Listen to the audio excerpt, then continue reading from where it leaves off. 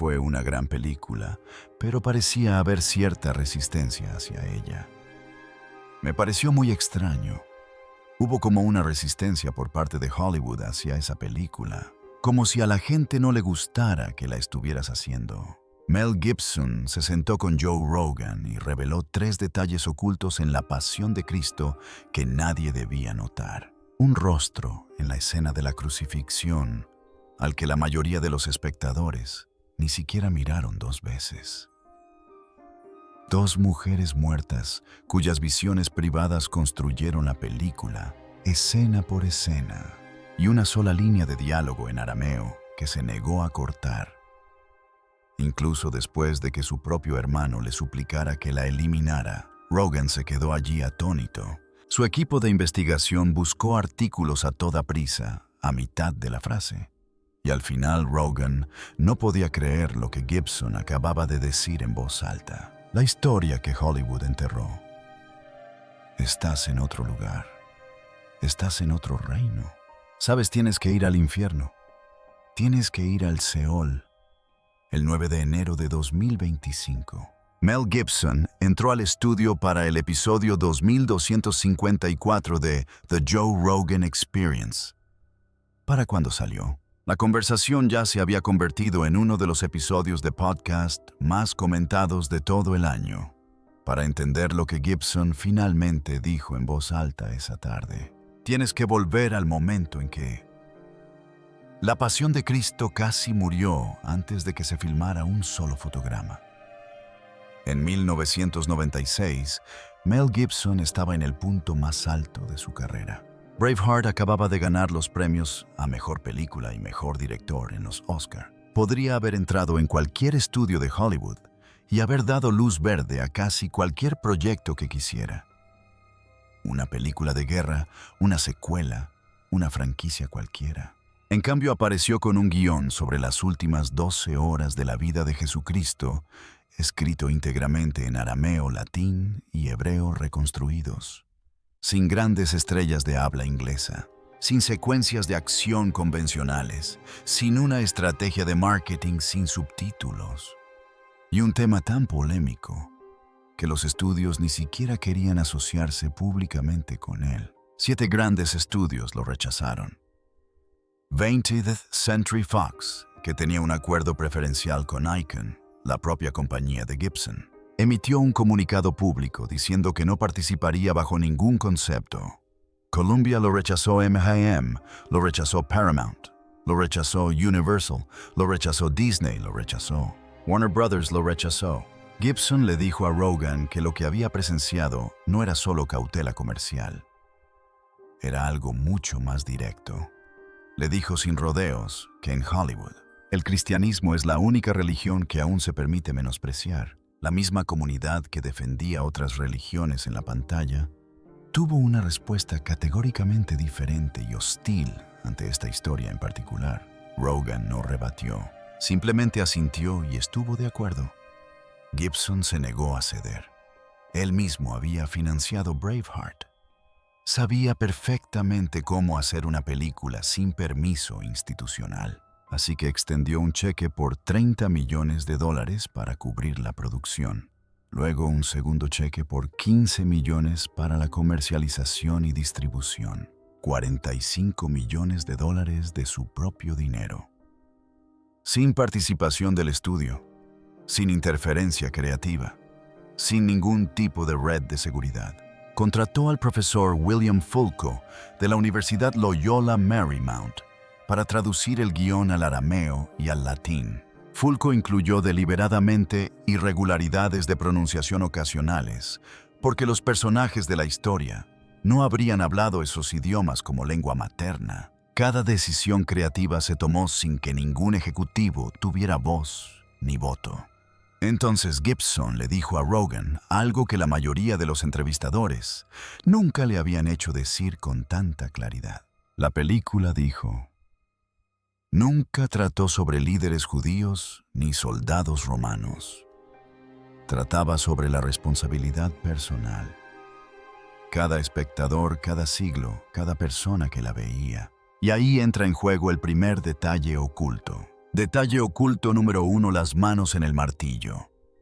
Algo que se deduce de haber leído el libro varias veces, lo lees varias veces, y sí es como la resurrección de Cristo. Vuelve a ver la escena de la crucifixión. Observa el momento en que el martillo cae. Observa las manos que clavan los clavos de hierro en la carne. Obsérvalas con atención. Esas no son las manos de un actor.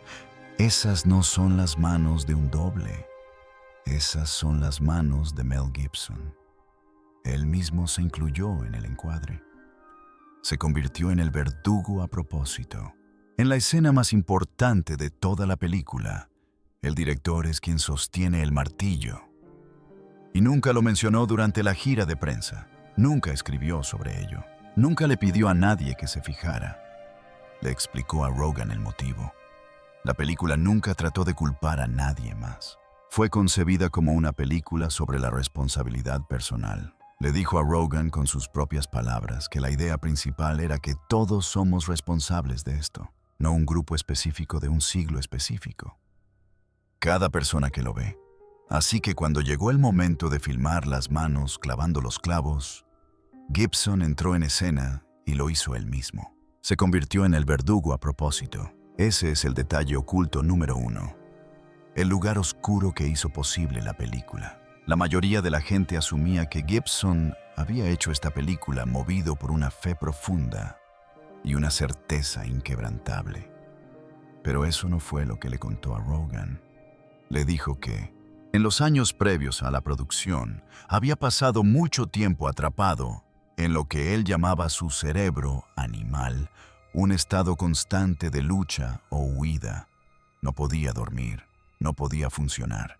Acudió a un neuroespecialista llamado Dr. Daniel Amen, quien le inyectó un trazador radiactivo en el torrente sanguíneo para registrar su actividad cerebral. El Dr. Amen abrió el archivo de resultados mientras Gibson estaba en la habitación.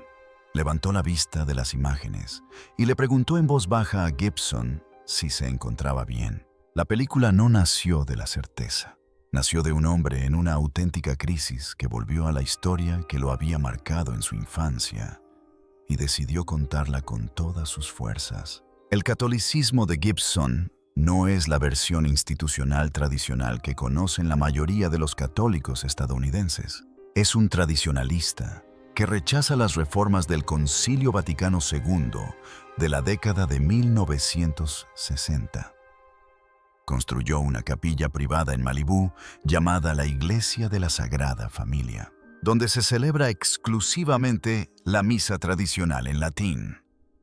Su padre Houghton Gibson era un católico tradicionalista de renombre público, cuyas opiniones sobre el concilio eran controvertidas en sí mismas.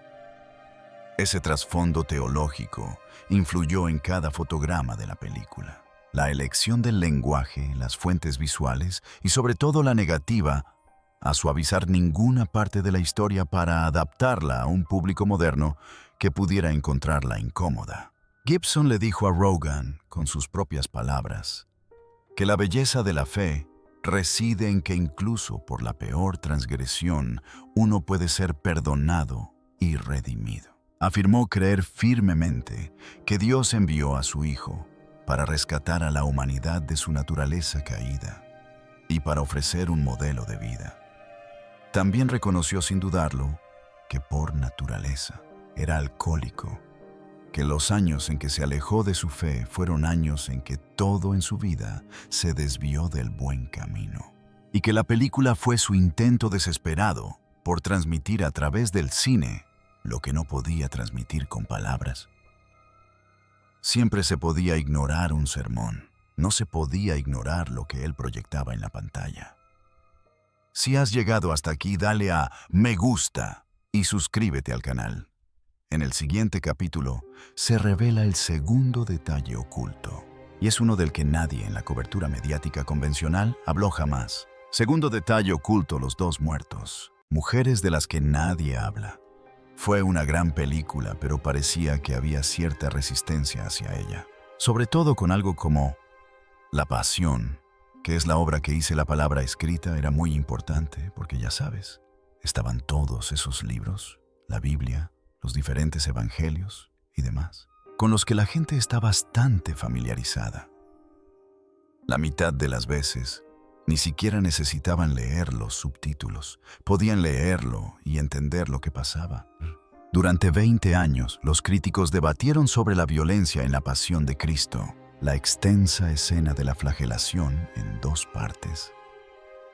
El diseño específico de la corona de espinas, presionada con tanta fuerza que perforaba el cráneo, el número exacto de caídas en la vía dolorosa, la forma en que los personajes reaccionan en momentos específicos, la aparición del diablo en el jardín, la manera en que María corre hacia su hijo cuando cae. Todos los críticos que escribieron sobre esta película asumieron que Gibson lo había extraído todo directamente de los 4 evangelios del Nuevo Testamento. No lo hizo.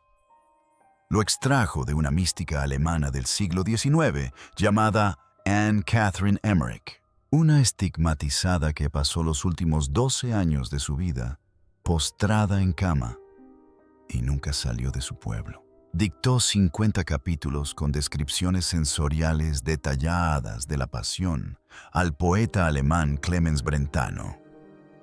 Afirmaba que las escenas se le presentaban en visiones místicas. Describió calles de Jerusalén que jamás había visto con sus propios ojos. Describió el peso exacto de la cruz, el diseño preciso de la corona, las palabras exactas que se intercambiaron los personajes en el camino al Calvario. Gibson leyó su libro y luego plasmó sus visiones en la pantalla. También se inspiró en las visiones de María de Ágreda, una mística española del siglo XVII, cuyos escritos abarcan 4 volúmenes. Esta mujer afirmó haber visitado el Nuevo Mundo mientras su cuerpo permanecía en un convento español. Otra mística católica, cuyas revelaciones el Vaticano nunca ha respaldado formalmente. Gibson lo ha confirmado en múltiples entrevistas a lo largo de 2 décadas. La película que los críticos acusaron de antisemita se construyó en realidad escena por escena, a partir de las revelaciones privadas de 2 mujeres católicas fallecidas. El guión de la película religiosa más analizada del siglo XXI no se basó en las escrituras canónicas, sino en las visiones místicas de 2 mujeres, cuyos relatos la propia Iglesia nunca ha reconocido oficialmente. Eso es lo que se escondía tras la Pasión de Cristo. Ese es el detalle oculto número 2. Detalle oculto número 3, la línea. Gibson se negó a cortar. La polémica previa al estreno que casi sepultó La Pasión de Cristo antes de su noche de estreno se redujo a una sola frase en arameo. La frase es de Mateo 27. Su sangre caiga sobre nuestros hijos y sobre nosotros. Gibson la incluyó en el guión. Gibson la incluyó en el primer montaje, cuando estalló la controversia. Los líderes religiosos exigieron que se eliminara por completo. Los distribuidores le dijeron que la cortara. Su propio hermano le dijo que la cortara. Gibson le dijo a un entrevistador que si lo incluía en los subtítulos en inglés, la gente lo mataría. Así que tomó una decisión que casi nadie notó en su momento: eliminó el subtítulo. No eliminó la frase. El audio en arameo de esa frase exacta de Mateo 27 permanece en la copia estrenada en cines de La Pasión de Cristo hasta el día de hoy. El erudito Geza Vermes confirmó públicamente que las palabras siguen presentes en el audio. Solo se eliminó la traducción al inglés. La frase es audible para cualquiera que entienda arameo. Para los demás es inaudible. Gibson nunca explicó del todo por qué tomó esa decisión. Le dijo a su hermano que inicialmente había planeado eliminarlo por completo. Luego lo dejó. Invisible, ininteligible, pero presente. Oculto en la película donde nadie podía verlo, a menos que supiera exactamente qué escuchar. Ese es el detalle oculto número 3. La sábana santa a los apóstoles y el argumento que silenció a Rogan. Este fue el intercambio que más impactó en el episodio de Rogan. No se trataba de cine, sino de pruebas. Gibson le dijo a Rogan que cree que los evangelios son historia verificable, no mitología, y que estaba preparado para defender su postura. Citó a Tácito, el historiador romano que confirmó la ejecución de Jesús bajo el mandato de Poncio Pilato. Señaló a Josefo, el historiador judío, cuyas referencias a Jesús han sido confirmadas como auténticas por eruditos de diversas disciplinas. Luego mencionó a los apóstoles y expuso su argumento con lentitud y detenimiento. Todos esos hombres, excepto John, prefirieron la muerte antes que negar lo que afirmaban haber presenciado. La gente miente para salvarse. Nadie muere por algo que sabe que no es verdad. Rogan no respondió, no rebatió, simplemente lo aceptó.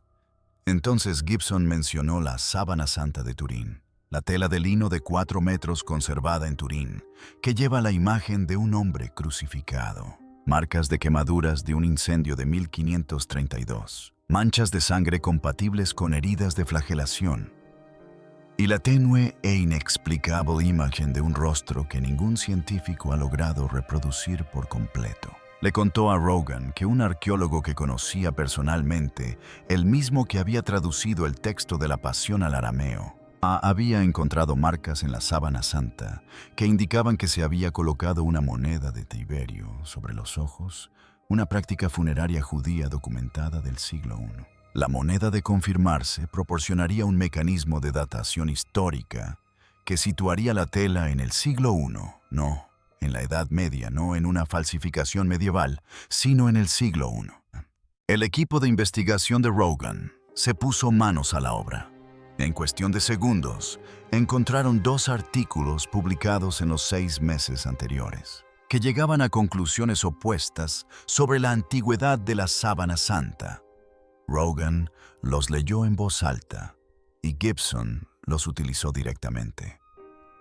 La cuestión aún no está resuelta. La datación por carbono de 1988, que descartó la sábana santa como medieval, se ha visto complicada por análisis posteriores que demuestran que las fibras analizadas provenían de un parche de reparación posterior, no de la tela original. Gibson no presenta la sábana santa como prueba.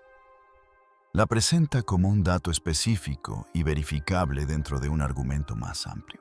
Que las afirmaciones históricas del cristianismo no han sido refutadas, sino simplemente ignoradas. Esta distinción es importante en un podcast donde Rogan ha pasado años presionando a la gente precisamente con ese tipo de manipulación intelectual. Gibson expuso su argumento sin rodeos. No dijo que esperara que fuera cierto. Dijo que había examinado la evidencia y la había encontrado convincente. Rogan no rebatió. Rogan no interrumpió. Simplemente asintió, bajó la mirada y dejó que Gibson terminara.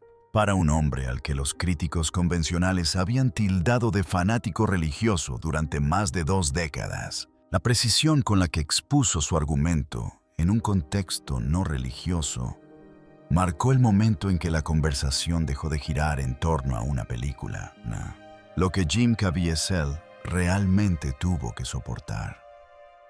Cuando Gibson llamó a Jim Caviezel para ofrecerle el papel, Caviezel señaló que sus iniciales eran JTC y que tenía 33 años. Gibson le dijo que lo estaba asustando y colgó el teléfono. Antes de que Caviezel aceptara a Gibson, le advirtió directamente: «Nunca volverás a trabajar en esta ciudad». Aún así, Caviezel aceptó. Lo que siguió fue la actuación más exigente físicamente en la historia del cine estadounidense, no medida en premios, sino en el precio que pagó el actor que la interpretó. Se dislocó el hombro izquierdo al cargar la cruz, que pesaba más de 68 kilos. Recibió 2 golpes accidentales con un látigo real durante la escena de la flagelación, cuando el actor que estaba detrás de él no alcanzó el poste oculto. El segundo golpe le dejó una cicatriz de 35 centímetros en la espalda que aún conserva. Pasó meses casi desnudo en el invierno italiano, con temperaturas de -4 grados Celsius y vientos de 48 nudos. Sufrió hipotermia, una infección pulmonar y neumonía. La prótesis que le cubría un ojo para simular hinchazón le anuló la percepción de profundidad y le provocó migrañas durante todo el rodaje. Perdió 20 kilos y entonces llegó el rayo. En la última toma de toda la película, Caviezel fue alcanzado. Describió los 4 segundos previos al impacto como un silencio repentino e inquietante, el tipo de silencio que no se da en la naturaleza. Entonces dijo, «Fue como si me hubieran abofeteado las 2 orejas a la vez». Vio una estática rosada. La gente a su alrededor empezó a gritar. El productor Steve McEvity informó haber visto humo saliendo de las orejas de Caviezel. El ayudante de dirección John Michelini fue alcanzado segundos después, estando a pocos metros de distancia. Era la segunda vez que Michelini era alcanzado por un rayo durante esa misma producción. En 2023, Caviezel confirmó públicamente algo que no había dicho antes. Tras el impacto del rayo, murió brevemente en el hospital y fue reanimado. El rodaje también requirió 2 intervenciones cardíacas, incluida una cirugía a corazón abierto. Habló de ello en voz baja, sin dramatismo, como si simplemente le hubiera sucedido. Y aún intentaba comprenderlo 20 años después.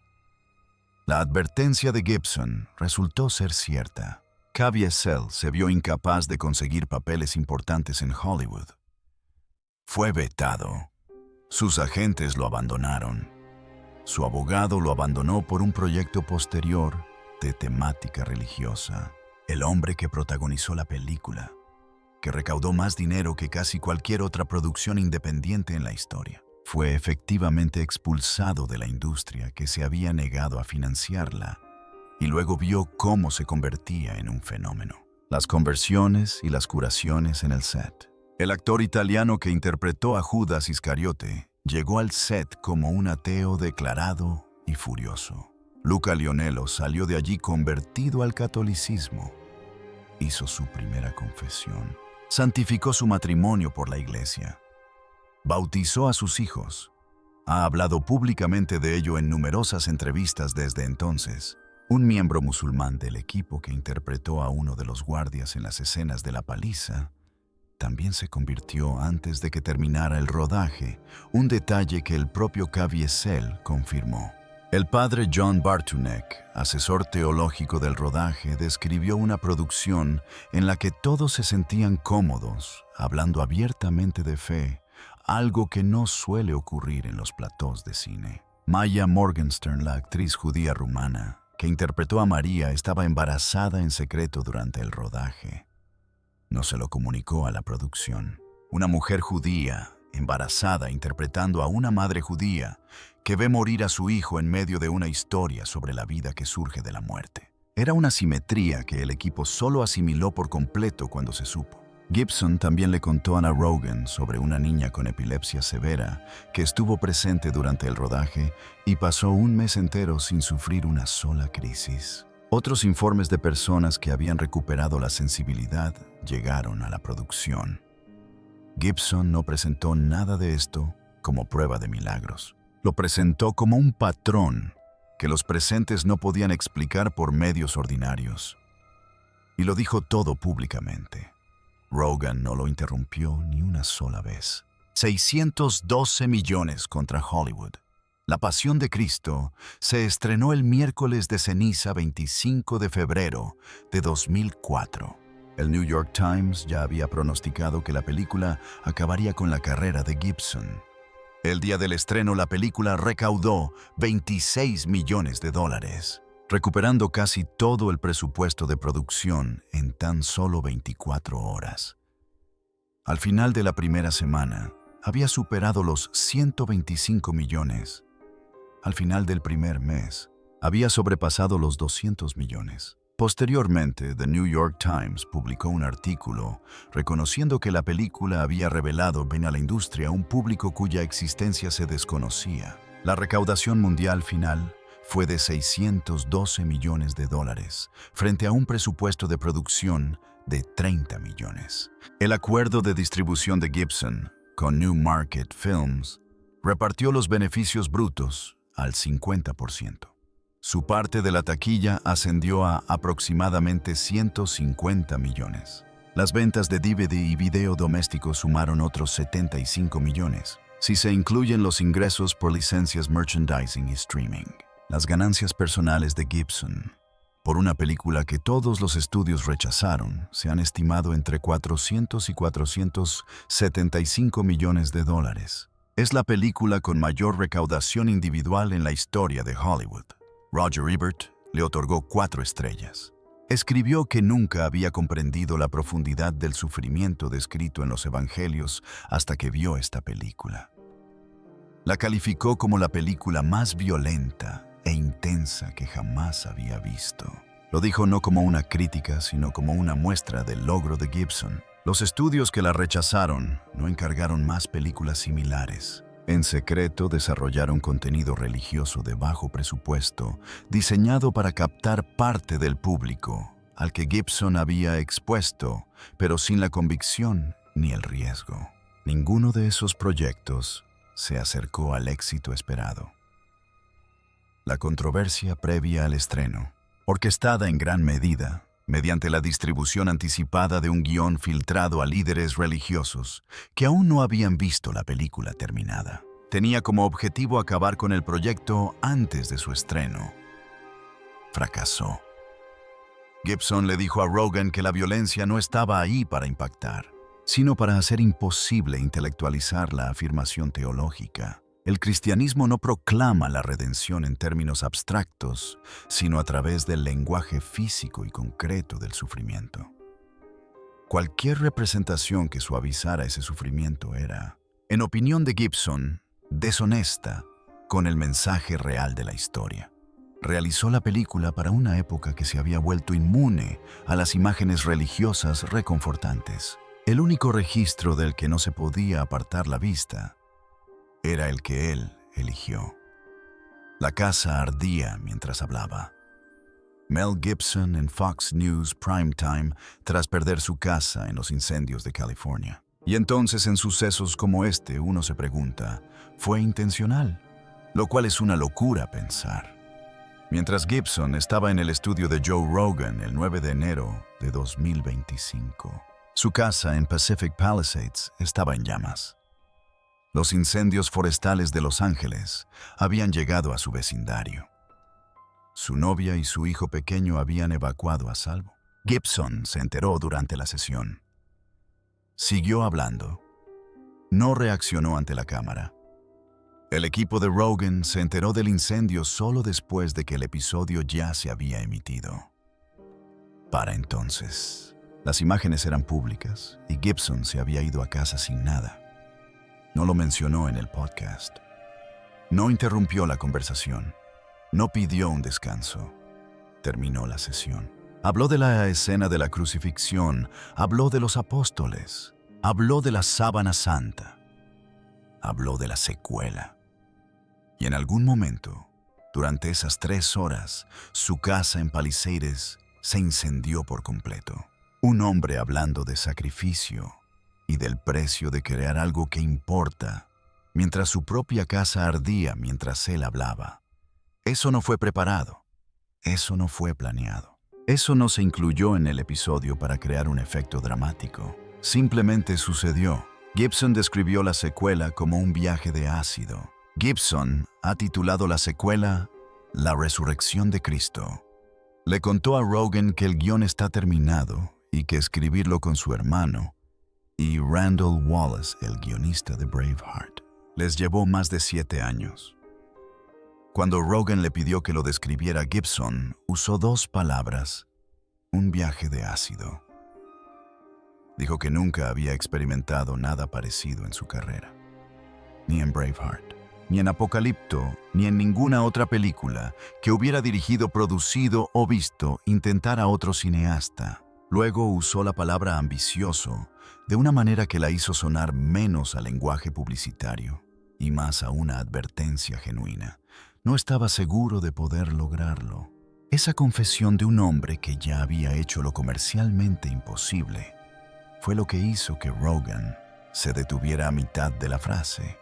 La película no comienza en la tumba vacía, Comienza con la caída de los ángeles, antes de la creación, antes del jardín, antes de que existiera ningún ser humano. Se adentra en el infierno, en el reino que Gibson describió usando el término hebreo, Seol, el inframundo de los muertos, según la tradición de la que se inspiraba. No el infierno moderno de dibujos animados con fuego y tridentes, sino el antiguo concepto hebreo del lugar donde aguardan los muertos.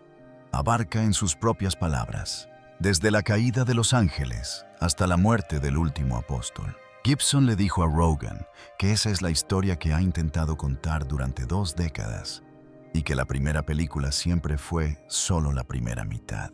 Lionsgate confirmó en mayo de 2025 que coproducirá y distribuirá la película en Norteamérica. Sony Pictures, bajo el sello de Columbia, se encargará de la distribución internacional. Jim Caviezel, quien falleció brevemente durante la primera producción y ahora tiene 2 cirugías cardíacas registradas a raíz de ello, retomará el papel de Jesús. Se utilizarán efectos visuales de rejuvenecimiento para mantener la continuidad entre ambas películas. Gibson le comentó a Rogan que su objetivo era comenzar el rodaje principal en 2026 y reconoció que el desafío técnico de representar reinos espirituales, guerras cósmicas y una resurrección física, sin caer en lo barato ni lo obvio, era algo en lo que llevaba años trabajando y que aún no había resuelto por completo. Pero Gibson afirmó estar listo para el desafío, pues lo que se ocultaba en la pasión de Cristo nunca fue un secreto sobre la película en sí. El secreto residía en el impacto que la película tenía en quienes la veían. El viaje psicodélico no existe para generar ganancias. Existe porque Gibson decidió hace más de 20 años que tenía algo que decir sobre el significado de esta historia y aún no ha terminado de expresarlo. Así pues, la pregunta es, ¿fue La Pasión de Cristo realmente una película? ¿O se trataba de algo más parecido a lo que Gibson insinuaba en ese podcast? Una discusión disfrazada de película dirigida a un público que Hollywood ni siquiera creía que existía. Cuéntame en los comentarios, ¿qué crees que Gibson estaba haciendo realmente en ese episodio de Rogan? Y si esta historia te ha enganchado, quédate. Los vídeos que aparecen ahora mismo profundizan en temas que nadie en esa industria quiere que se sepan.